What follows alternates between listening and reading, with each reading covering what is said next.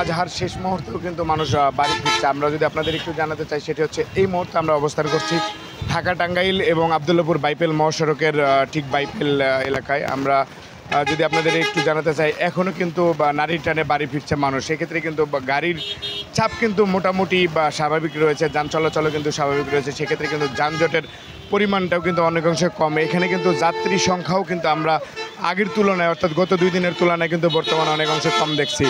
তবে একটু জিনিস আমরা লক্ষ্য করেছি, এই সামান্য এই যানজটের কারণটা হচ্ছে যে এই রাস্তায় কিন্তু আমরা প্রশাসনের যে লোকজন আছে, অর্থাৎ প্রশাসনের যে কর্মকর্তারা আছে, তারা বক্সেই মনে হয় রয়েছে কিনা আমরা জানি না, কিন্তু খুব কম লক্ষ্য করতে পারছি, যার কারণে কিন্তু গাড়ির একটা জটলা আমরা লক্ষ্য করতে পারছি। সেক্ষেত্রে আপনাদের দেখাতে চাই, এই জটলা ছাড়া কিন্তু আসলে কোনো যানজট এখানে নেই।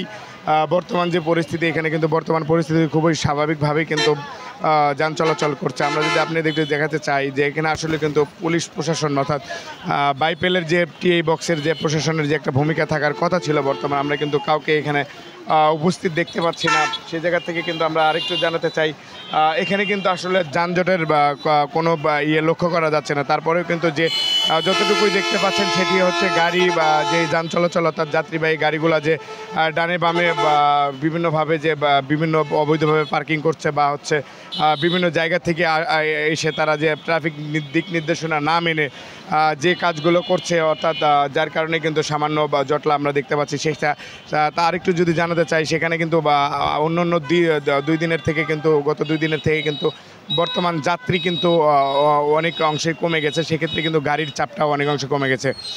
আর এখানে কিন্তু আমরা এই ছিল আমার কাছে আশুলিয়া থেকে সর্বশেষ তথ্য। Shahin Alam, global television.